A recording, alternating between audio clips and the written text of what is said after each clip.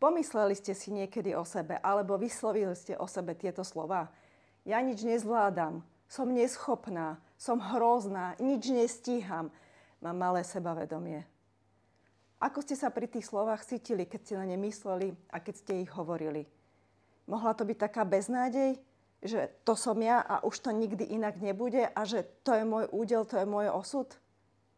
Ak áno, tak ste uverili kliatbám, ktoré boli na vás vrhnuté, či už cez generácie, autoritou, spoločnosťou.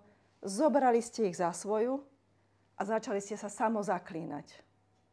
A keďže sa viete samozaklínať, tak sa viete aj samo odklínať. A zrušiť všetky tie zviazania, ktoré vás väzujú a držia vás v tom, že máte byť len nejaká. Ako? Pomocou slov. Dajte tam uvoľňovacie slova, ako napríklad ja v tomto momente nič nezvládam. Teraz sa cítim neschopná. Mám malé sebavedomie zatiaľ.